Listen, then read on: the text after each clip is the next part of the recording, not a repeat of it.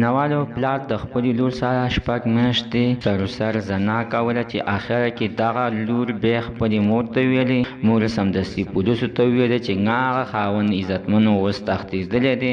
زه مینوالو موږ سره د ویډیو تر اخره پورې وګورئ چې په کومه طریقه باندې به دغه پلار خپلې لور سره زنا کوله.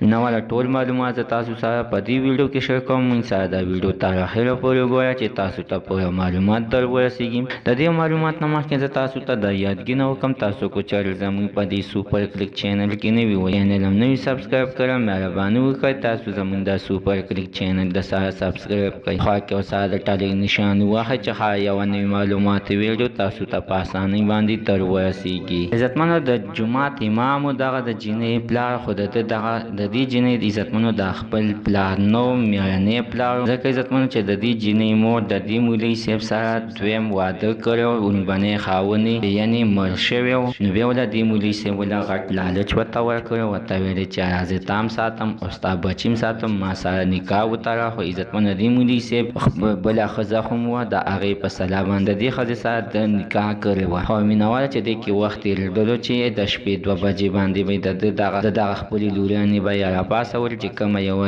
لور د د میړنۍ نه نو د شپې د 12:19 تر د سهاره پورې به د سره غلط کار کولو. د هغې نه بعد بیا به یې ولمبولې. ورته ویله چې شه به اوس قرآن مجید راوړی او تاسو ته زه سبق ښیم.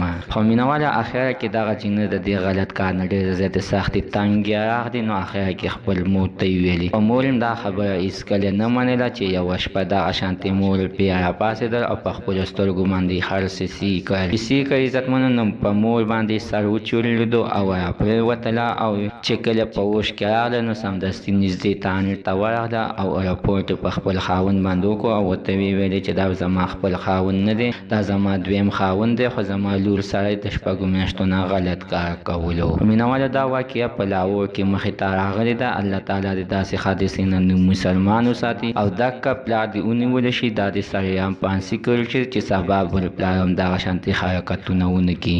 مینهواله زموږ د سره تر نن او زه خبر د دې ځای پورې د نوي معلومات دپاره د سره زموږ د سوپر کلیک چینل د سره سبسکرایب کړئ. خوا کې ورسره د ټلې نشان ووهئ چې ښه یوه نوي معلوماتي ویډیو تاسو ته په اسانۍ باندې در ورسي.